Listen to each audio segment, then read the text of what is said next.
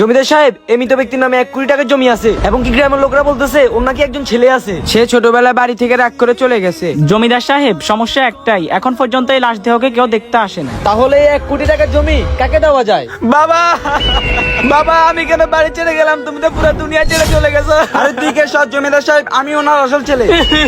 জমিদার সাহেব, এরা দুজন বহুরূপী, আমি ওনার আসল ছেলে। শাহপরান, হাজির জমিদার সাহেব। খবর লাগাও, এই 3 জনের মধ্যে মৃত ব্যক্তির আসল ছেলে কে? তোমরা 3 জনে তোমাদের 5 জুতা খুলে এই মৃত ব্যক্তিকে মারো। যে সবচেয়ে জোরে মারবে সেই মৃত ব্যক্তির আসল ছেলে।